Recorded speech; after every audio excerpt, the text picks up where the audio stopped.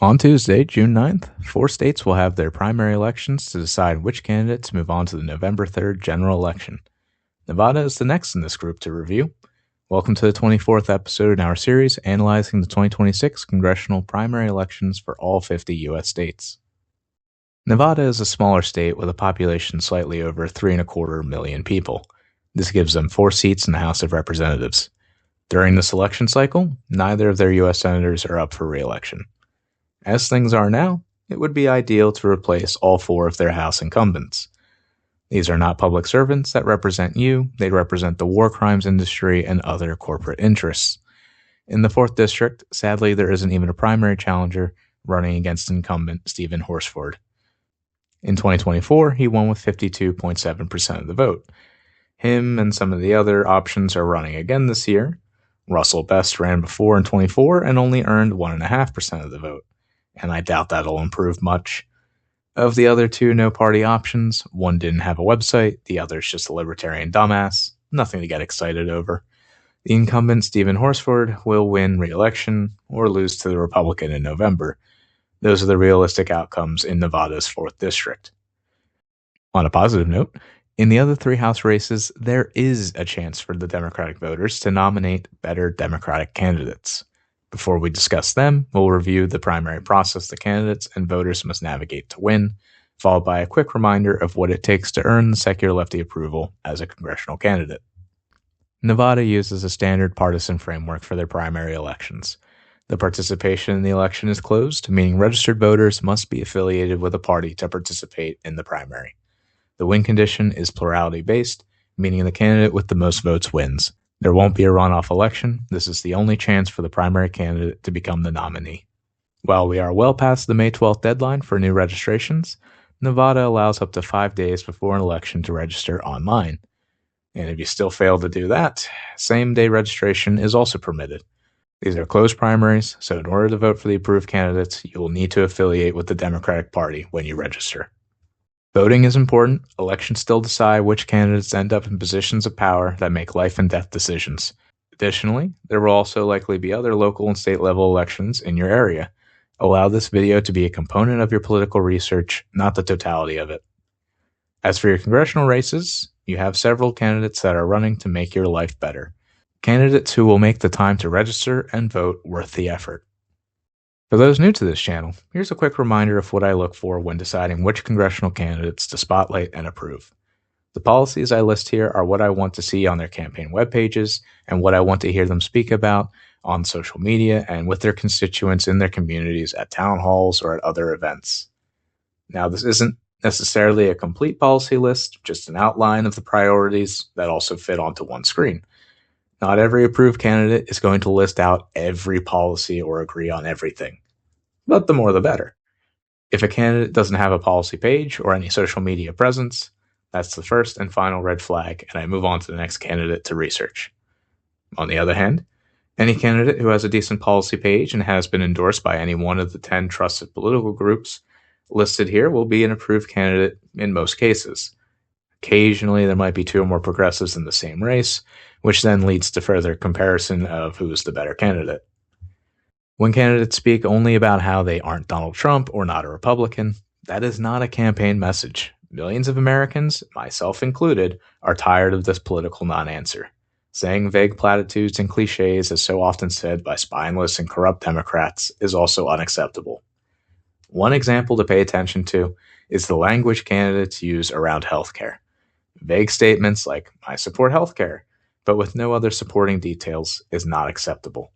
Do they support fixing the system by implementing Medicare for all, or do they only support the for-profit corporate healthcare structure that continues to harm millions of people every day? Our current Congress, the 119th, has been a spineless and complicit group of failures. Not all of them, but the overwhelming majority of them in both parties. If any political party or movement wants to get more voters out on election day, there have to be candidates worth voting for. If we are going to improve our lives, we the people need to elect better representatives who will fight to make that happen. Let's now discuss the candidates in Nevada who are doing just that. In the 1st District, the Democratic field consists of the 75-year-old geriatric incumbent, Dina Titus, two other non-inspiring candidates, and the secular lefty approved candidate, Joy Hoover, a candidate who is in alignment with several progressive policies and endorsed by citizens' impeachment. Joy Hoover is the best candidate in this race, and I hope the voters will agree, but without significant support and enthusiasm around her campaign, it will be unlikely for her to defeat the incumbent. But we'll find out on June 9th. In the second, there were too many candidates for me to care to review. In 2024, there wasn't a Democratic candidate, but the main challenger only earned 36.1% of the vote, while the Republican incumbent won with 55%.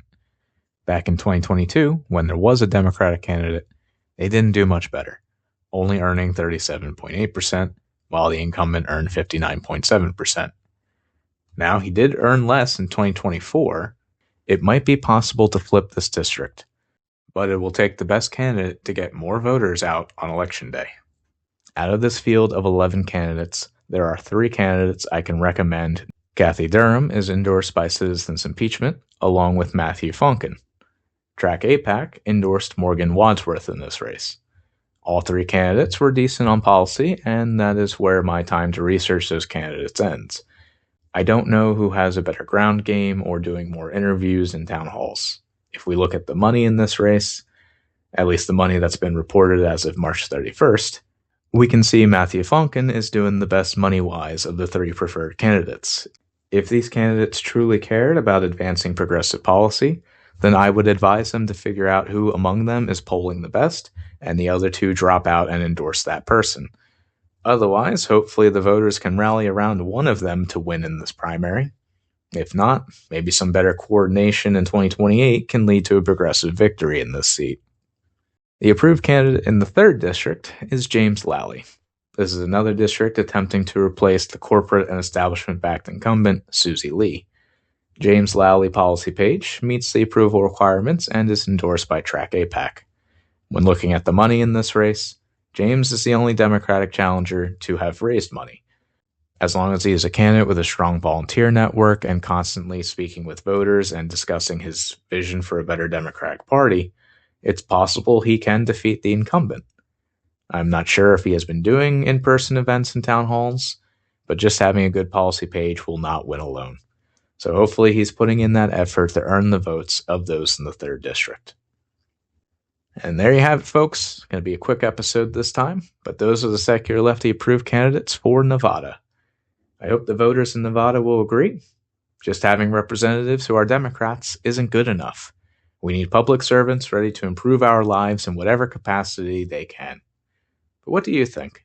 Is there any important information I missed? And who will you be voting for? Let me know in the comments. There are 3 other states voting on June 9th. Maine has already been reviewed, and the other 2 are North Dakota and South Carolina. These will be the next states reviewed in this series. Be sure you're subscribed and ring that bell to be notified of my newest videos. If you found anything I said in today's video useful, please give it a like and share it everywhere. Together, we can make Americans more educated, and hopefully that will result in better election outcomes.